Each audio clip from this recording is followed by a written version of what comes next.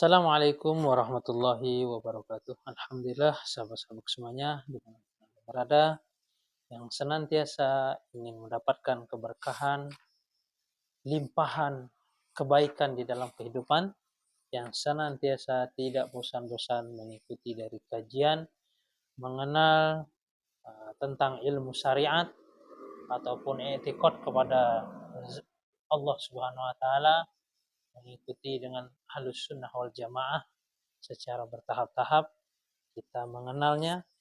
Alhamdulillah, semoga kalian diberikan anugerah yang lebih banyak kekuatan dan kemampuan, wawasan yang lebih luas mengenai dengan ilmu syariat maupun etikot. Alhamdulillah, hari ini kita akan melanjutkan dari tentang pengenalan kita di dalam mengenal ilmu syariat. Kurang lebihnya kita akan melanjutkan tentang mengenal hukum-hukum Islam. Kemarin sebelum kita masuk ke dalam bab ini, kita sudah banyak sekali mendengar tentang wudhu, tentang sholat, sebagaimana yang terletak ataupun yang tercantum di dalam rukun-rukun Islam.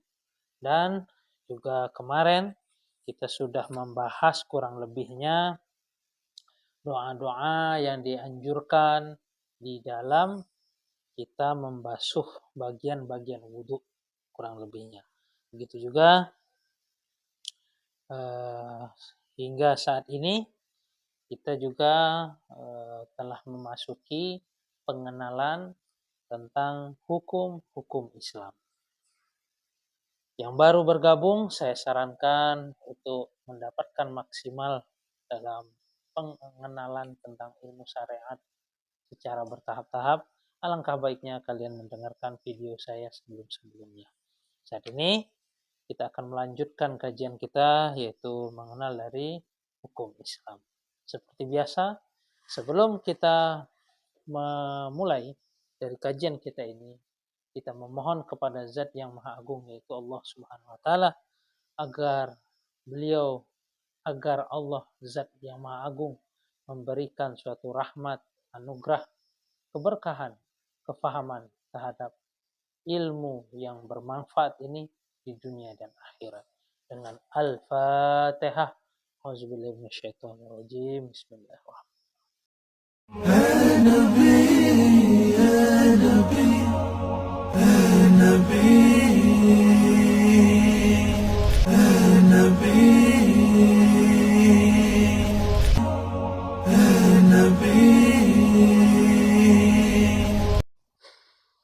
Alhamdulillah, sahabat-sahabat semuanya, kita akan melanjutkan dari kajian kita selanjutnya mengenal dalam hukum-hukum Islam. Sebagaimana sebelumnya kita sudah mengenal, untuk mempermudah di dalam mengenal ilmu syariat ini, ulama yang telah menulis kitab dasar di dalam mengenal ilmu syariat ini, yaitu fikih, mabadi fikih, biasanya dipelajari di pondok-pondok pesantren dalam bentuk tanya jawab untuk lebih memudahkan pengenalan secara maksimal di dalam ilmu syariat tersebut. Sekarang kita masuk tentang hukum Islam. Soal kam ada berapa? Kam itu berapa? Maksudnya kam itu berapa? Ahkamul Islam itu hukum-hukum Islam. Ada berapa dari hukum-hukum di dalam Islam?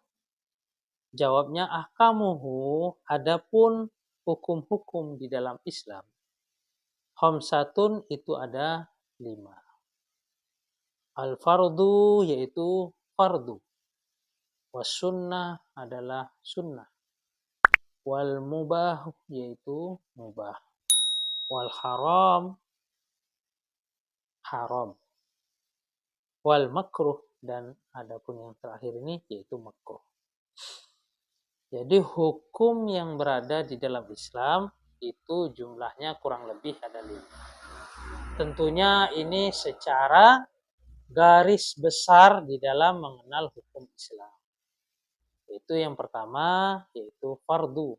Islam itu di dalam hukumnya yaitu hukum. Adapun yang kedua yaitu sunnah. Yang ketiga yaitu mubah. Yang keempat adalah haram. Dan yang terakhirnya, yang selanjutnya, makruh. Nah, sekarang kita akan mengenal secara apa yang dimaksud dalam fardu itu. Jadi kita sudah mengenal bahwasanya di dalam hukum Islam itu ada 5. Fardu, sunnah, mubah, haram, dan makruh. Sekarang kita mengenal apa itu fardu. Soal apa? Fardu yaitu dari fardu. Yang dimaksud di dalam fardu. Huwa adapun fardu al-wajibu yaitu perkara yang wajib. Fi'luhu seseorang untuk mengerjakan dari fardu tersebut. Al-wajibu yaitu perkara yang wajib. Fi'luhu adapun mengerjakan dari perkara fardu. Fa'iza fa'alahu maka jika mengerjakan kembalinya kepada si yang diperintahkan untuk mengerjakan fardu. Al-mukallafu yaitu dari seorang mukallaf.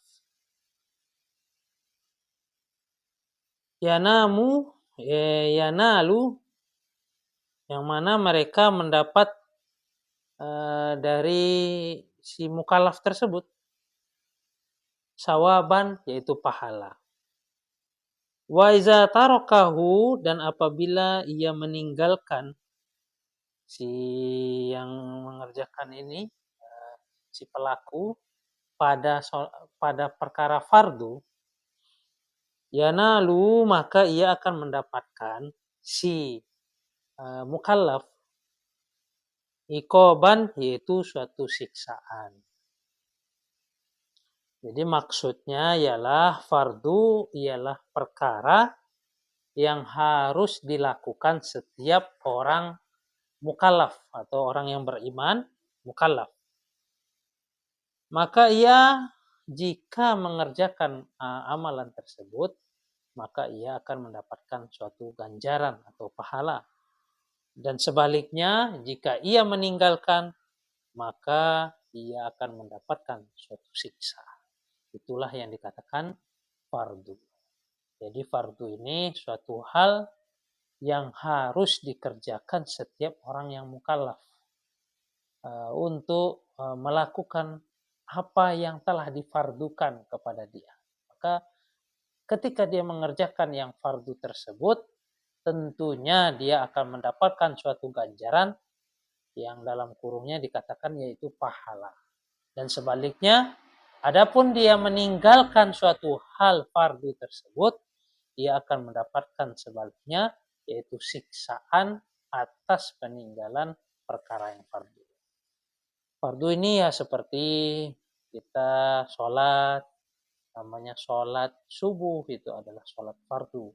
Semua orang yang beriman, mukallaf tentunya, yang sudah berakal, balik berakal, tidak gila dan banyak lagi makna dari mukallaf itu.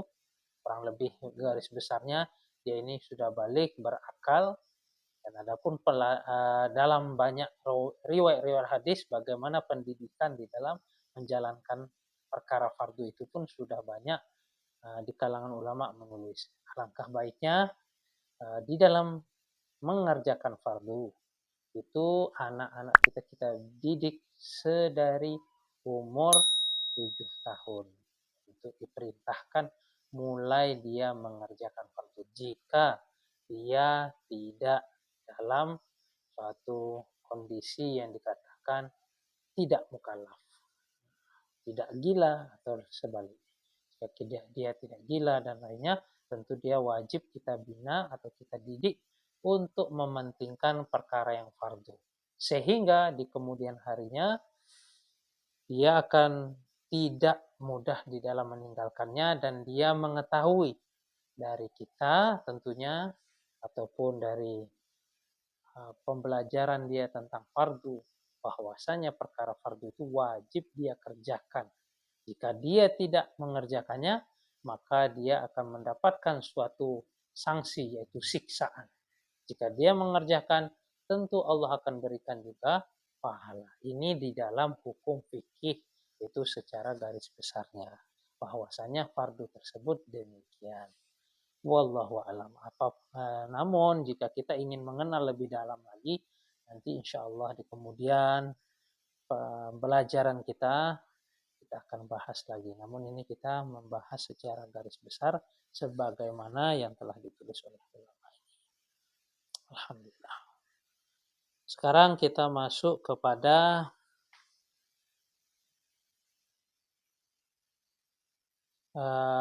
apa saja macam-macam yang dikatakan fardu. Kam berapa? Kam ada berapa? Na'an, kam ada berapa? Nau'an, yaitu macam-macam. Al-fardu dari fardu. Jawabnya, nau'ani, adapun fardu tersebut ialah ada dua macam. Jadi di dalam fardu itu ada dua macam pula. Di dalam pengerjaan fardu, tadi secara garis besarnya kita sudah mengenal sebelumnya. Secara garis besarnya fardu ini wajib dikerjakan, dan jika dia mengerjakannya maka dia akan mendapatkan pahala ganjaran, dan sebaliknya jika dia meninggalkan akan mendapat siksa, yaitu dosa. Dan saat ini kita mengenal ada berapa dari bagian fardu tersebut. Nau'ani, yaitu ada dua macam dari perkara fardu tersebut. Fardu ain, yaitu fardu ain. Wal fardul kifayah, dan yang kedua adalah fardu kifayah. Yang pertama adalah fardu ain, dan yang kedua adalah fardu kifayah. Tentunya setelah ini juga kita akan membahas tentang apa yang dikatakan fardu ain itu bagaimana. Seperti fardu ain ini ya kurang lebihnya seperti sholat 5 waktu, itu kurang lebih dalam ungkapan fardu ain. Fardu kifayah nanti kita juga akan mengenalnya sebagaimana kajian yang akan kita lanjutkan saja. Ma fardul ain. Ma apa? Fardu, yaitu fardu. Al-ain. Al-ain, yaitu dari fardu ain. Huwa, jawabnya huwa, adapun fardu ain wajibun, yaitu perkara yang wajib. Wajibun adalah perkara yang wajib. Fi'luhu, atas mengerjakan dari fardu ain. Ala kulli mukallafin, atas setiap orang mukallaf. Kasolatin, sebagaimana sholat, wasyamin, dan puasa. Jadi fardu ain adalah bagaikan suatu hal. Fardu ain ini ialah perkara yang wajib dilakukan setiap orang yang mukallaf. Seluruhnya orang yang mukallaf wajib mengerjakannya, seperti halnya yaitu sholat fardu dan puasa di bulan Ramadan. Makanya di dalam sholat ini tidak ada rukhsah atau keringanan yang meninggalkan sholat tersebut. Ketika seseorang ini uzur, apapun kondisinya, maka dia diharuskan mengerjakan sholat. Sebagaimana sholat subuh, zuhur, asar, maghrib, isya. Seluruhnya harus dia tunaikan. Bagaimana jika dia baru mengetahui saat ini tentang fardu ain, wajibnya dia mengerjakan sholat tersebut? Tentunya jika dia tidak mengetahui hal tersebut, tentu di dalam fikih dikatakan belum ada terkena hukum. Namun dia memiliki kewajiban untuk mengenal apa itu fardu ain, apa yang harus dia lakukan sebagai orang yang beriman, bertauhid kepada kalimat la ilaha illallah Muhammad Rasulullah. Dan dia harus mengerjakan setiap hal-hal yang telah dirukunkan sebagaimana yang tertulis di dalam rukun Islam. Rukun Islam ini adalah meyakini kalimat thayyibah tadi, asyhadu an la ilaha illallah wa asyhadu anna Muhammadar Rasulullah, dan sholat, zakat, puasa di bulan Ramadan, kemudian haji bagi orang yang Allah berikan kemampuan dan kekuatan melakukan hal tersebut. Dan saat ini kita memasuki dalam hukum, dan hukum ini kita sedang membahas tentang fardu. Fardu ini ada dua bagian kurang lebihnya, fardu ain dan fardu kifayah. Adapun fardu ain yaitu seluruh orang mukallaf dia wajib mengerjakan. Jika dia tidak mengerjakan, maka dia jatuh dalam kata mendapat suatu siksa dosa. Jika saya sudah banyak meninggalkan sholat, terus ingin membayarnya. Dalam ulama mengatakan, dalam seseorang yang telah banyak, dia telah mengabaikan dalam suatu perintah yang mendirikan sholat di dalam rukun Islam ini, tentunya ada azam atau ada keinginan di dalam hatinya, kolbunya, untuk mengganti dari seluruh sholatnya. Tentunya kalaulah dia tidak bisa ataupun tidak mampu di dalam membayarnya, ternyata dia mau membayarnya, udah ada niat membayarnya, Allah Subhanahu wa Ta'ala telah mencabut dari nyawanya melalui malaikat Israel. Kalaulah dia ada memiliki kesungguhan, dia menghisap dirinya, mungkin dia menulis dari ada buku catatan tentang fardu yang telah dia tinggalkan. Semoga Allah Subhanahu wa Ta'ala mengampuni dari segala-segala apa yang telah dia khilafkan. Karena semua hal yang ada di bumi ini itu semuanya atas kehendak dan rahmatnya Allah. Jika seseorang ini diampuni, maka dia orang yang sangat beruntung. Karena banyak sekali kisah-kisah menceritakan orang yang betul-betul bersusah payah dia menghisap dirinya dan Allah telah mengampuninya. Semoga kita diberikan kekuatan. Karena di dalam fardu ain ini tidak ada kata-kata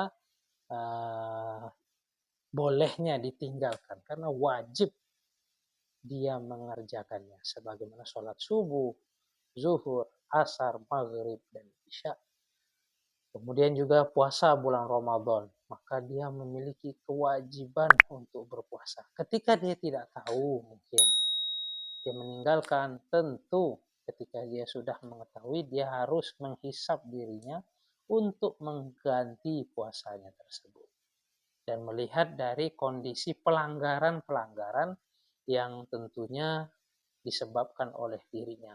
Kalau dia memang betul-betul tidak tahu, karena tidak tahu itu adalah fardu ain, tentu dia mengganti dari puasanya tersebut. Namun jika dia tahu di dalam hukum dan garis besarnya dia sudah tahu dan ada peremehan terhadap itu, tentu ada caranya untuk mengganti puasa tersebut.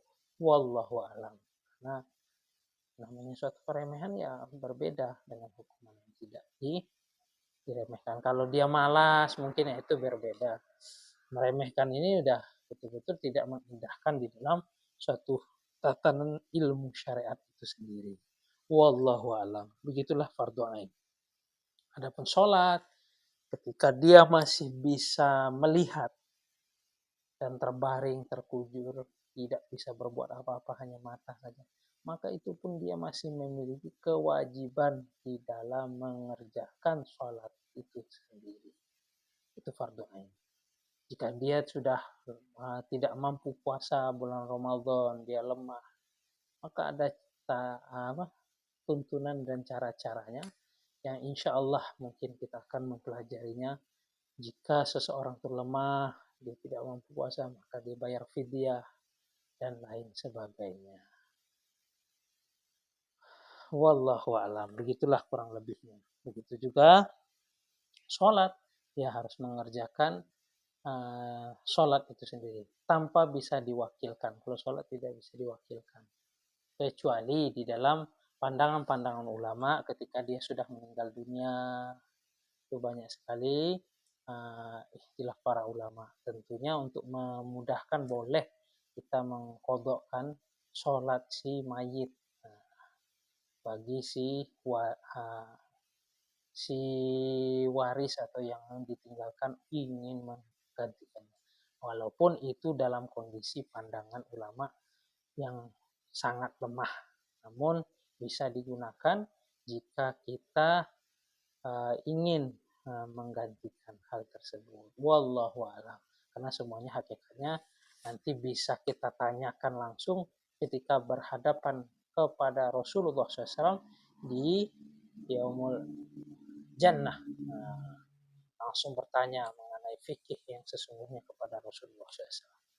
Namun ikhtilaf-ikhtilaf demikian tidak perlu kita perinci, namun untuk memudahkan tentunya hal demikian bisa kita kerjakan ketika seorang itu kita betul-betul menyayangi ketika semasa hidupnya dia banyak meninggalkan sholat fardu.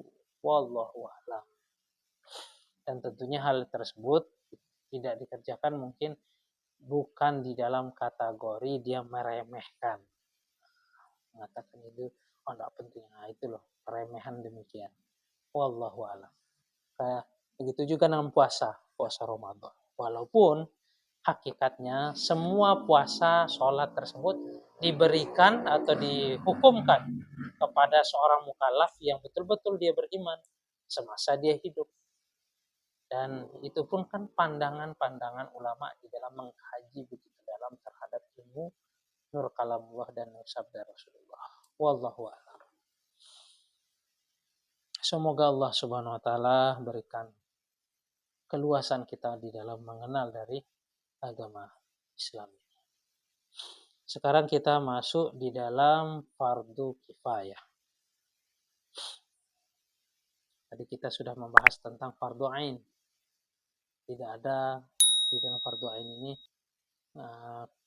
rukhsah ataupun keringanan, itu tidak ada. Harus wajib dia mengerjakannya selagi nyawa masih di kandung badannya, yaitu jasad.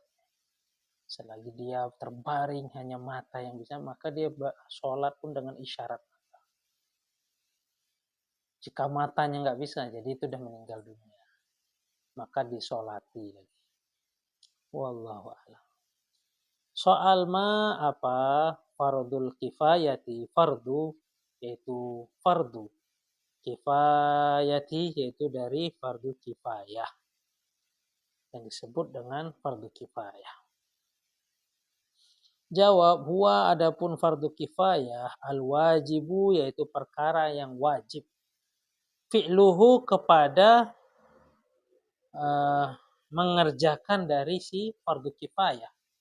Ala jami'il mukallafin atas seluruh orang mukallaf, atas semua orang mukallaf. Wa iza fa'alahu dan apabila telah mengerjakan si pelaku ini pada fardu kifayah, yaitu pada orang mukallaf tentunya. Wahidun, salah satu dari orang, sakoto maka gugurlah apa yang gugur, yaitu dari fardu kifayah, anil bakina yaitu dari orang-orang lainnya, kasolatil janazah sebagaimana sholat jenazah. Fardu kifayah ini yaitu perkara yang wajib atas orang mukallaf seluruhnya mendapatkan kewajiban di dalam mengerjakannya. Namun ada suatu yang mana mungkin sebagian dari orang telah mengerjakannya, maka gugurlah dari yang lainnya di dalam mengerjakannya. Di sini juga dijelaskan seperti sholat jenazah. Sholat jenazah ini memiliki kewajiban setiap orang mukmin yang mukallaf, dia wajib melakukan sholat jenazah, melakukan menyolati dari jenazah. Namun jika ada sebagian dari umat Islam atau sebagian dari orang-orang untuk melakukan sholat jenazah ini, tentu dengan hal tersebut telah menggugurkan dari yang lainnya di dalam mengerjakannya. Begitu kurang lebihnya. Jadi ada orang yang sudah mengurus dari si mayit, memandikannya, kemudian menyolatinya, itu sudah. Namun hal tersebut tentu mendapatkan ganjaran. Ya, dia mengerjakannya, dia menyolati, dia menemani kubur, menguburkan dari si mayit. Karena banyak sekali hadis-hadis menceritakan tentang keutamaan-keutamaan, keuntungan-keuntungan orang yang mau menyolati si mayit, jenazah, lalu mengantarnya kepada peristirahatan yang terakhir, ya kubur, ya, dan lain sebagainya. Alhamdulillah kita sudah mengenal di dalam fardu. Itu fardu ini terbagi dua, yaitu fardu ain, sebagaimana tadi dijelaskan, fardu ain ini bagaikan sholat fardu dan puasa di bulan Ramadan. Fardu kifayah yaitu bagaikan sholat jenazah. Saat ini kita masuk kepada sunnah. Sekarang kita masuk kepada sunnah. Apa sunnah itu yaitu dari sunnah? Jawab, ya adapun sunnah. Al-amru yaitu perkara, mustahabun yang disunnahkan. Fi'luhu untuk mengerjakan dari sunnah, dari perkara tersebut. Paman, maka adapun orang, fa'alahu yaitu mengerjakan siapa yang mengerjakan orang pada perkara tersebut. Yanalu, maka mendapatkanlah si orang tersebut sawaban dari pahala, itu dari ganjaran. Waman, adapun orang tersebut tarokahu meninggalkan si orang tersebut kepada perkara tersebut, itu pada amalan sunnah tersebut, la yanalu, maka tidaklah mendapatkan apa-apa si pekerja, si manusia tersebut, ikoban dari siksa. Maksudnya yaitu sholat sunnah ini adalah perkara sunnah ini adalah perkara yang dianjurkan untuk mengerjakannya, dianjurkan mengerjakannya. Dan barang siapa yang mengerjakannya, tentu dia akan mendapatkan pahala. Dan barang siapa yang tidak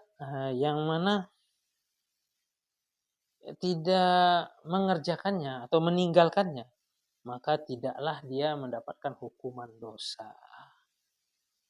Maksudnya dia tidak mendapatkan siksa di dalam meninggalkan. Itu sunnah. Seperti sebelumnya kita membahas tentang sunnahnya wudhu. Kan ada fardunya wudhu. Fardu wudhu itu membasuh wajah, pertama niat membasuh wajah, membasuh kedua tangan, mengusap rambut, membasuh kaki, kemudian harus tertib. Itu adalah suatu fardu atau yang wajib dia kerjakan ketika berwudu. Namun selain dari hal tersebut yang disebutkan, itu adalah sunnah. Dan ada kemarin kita sudah membahas tentang doa-doa di dalam melakukan sunnah-sunnah tersebut. Tentunya sunnah itu sangat menguntungkan jika kita mengerjakannya. Dan jika kita meninggalkannya, tentu kita merugi. Walaupun di dalam bahasa fikihnya tidak mendapat siksa, namun rugi. Sebagaimana doa ketika mengusap tangan, Bismillahirrahmanirrahim, dengan menyebut nama Allah. Ini kan sudah berdoa dan malah membasuh kedua tangan. Langsung berdoa sebagaimana Allahumma Allahumma Allahumma Allahumma fat yadai Allahumma fat yadai min ma'asi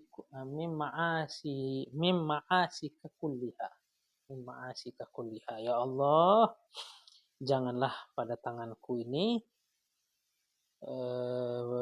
jagalah tanganku ini dari maksiat kepada semua bentuk maksiat. Nah, itu kan doa kepada Allah. Dan itu suatu sunnah. Dan berkumur-kumur, menghirup air di hidung atau disebut istimsa, itu sunnah. Adapun hal yang wajib ataupun fardu itu membasuh dari wajah. Membasuh perkara wajib itu sekatu kali itu adalah suatu hal wajib. Adapun yang kedua itu menghapus dari kekurangan dari si wajib tersebut. Adapun jika dia mengulangi dengan 3 kali itu adalah sunnah. Sunnahnya Rasulullah SAW. Wudunya Rasulullah dibasuh dengan secara 3 kali. Itulah dikatakan sunnah. Wallahu a'lam. Itu kurang lebihnya tentang sunnah. Alhamdulillah kita sudah mengenal tentang fardu dan sunnah. Insyaallah di kemudian hari kita akan membahas dari mubah, haram, dan makruh. Saat ini kita sampai di sini saja kajian kita. Saya mohon maaf, saya undur diri. Kurang lebihnya jika kalian mendukung dari channel saya ini, silahkan kalian bagi kebaikan ini. Tentunya akan memberikan suatu ganjaran yang banyak kepada diri saya dan kepada kalian yang men-share sebanyak-banyaknya atas video yang positif ini. Jangan lupa like untuk mendukung dari video saya. Untuk mendapatkan notifikasi, silahkan tekan subscribe. Wabillahi taufiq wal hidayah. Assalamualaikum warahmatullahi wabarakatuh.